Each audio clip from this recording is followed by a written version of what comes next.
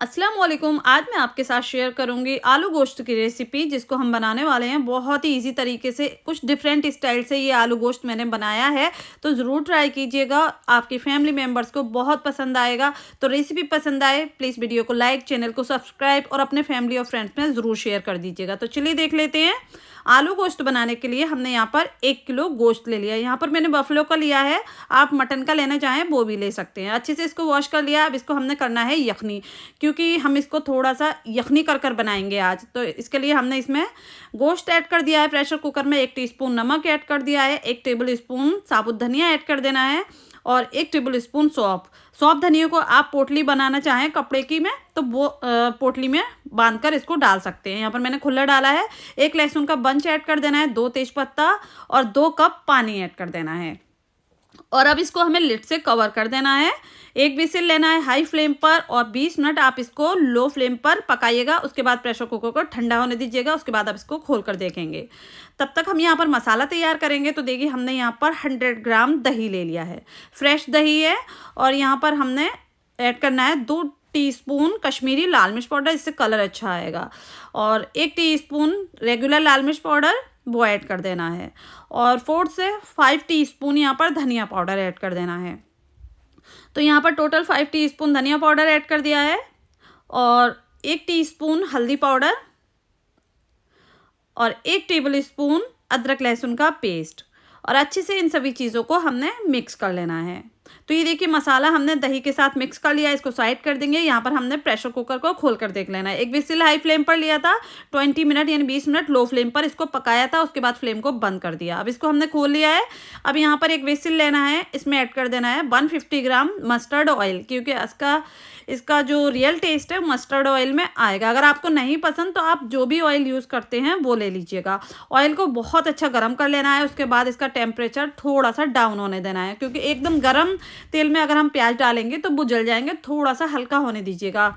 उसके बाद यहाँ पर देखिए 2 मीडियम साइज़ के प्याज यहाँ पर मैंने स्लाइस कर इसको ऐड कर दिया है। प्याज यहाँ पर गोल्डन फ्राई हो चुके हैं, इस तरह से हो जाए तब आप इसमें दही में मिक्स किया हुआ मसाला ऐड कर देंगे।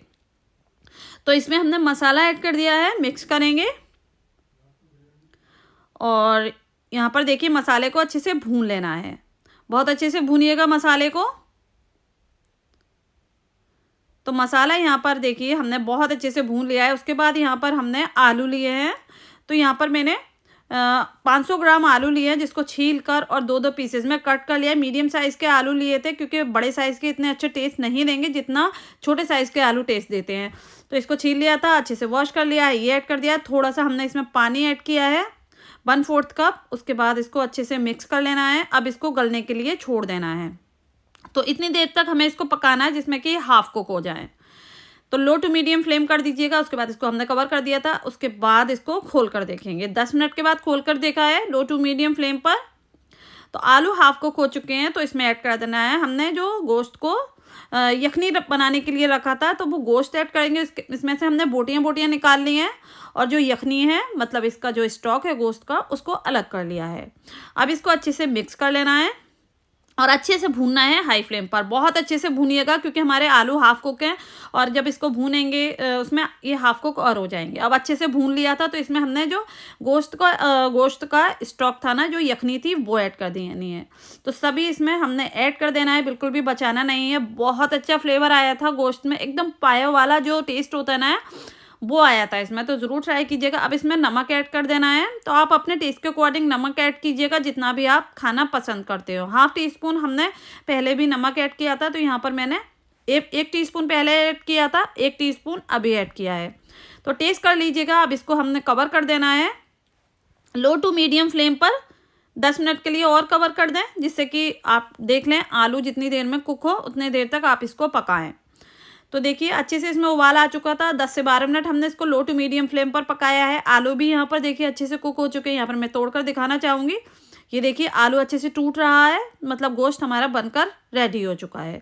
अब इसमें आधा टीस्पून गरम मसाला पाउडर ऐड कर देना है और 1 हैंडफुल कट किया हुआ हरा धनिया। खूब सारा हरा धनिया डालिएगा, सर्दी का मौसम है, बहुत अच्छा टेस्ट आएगा इसमें।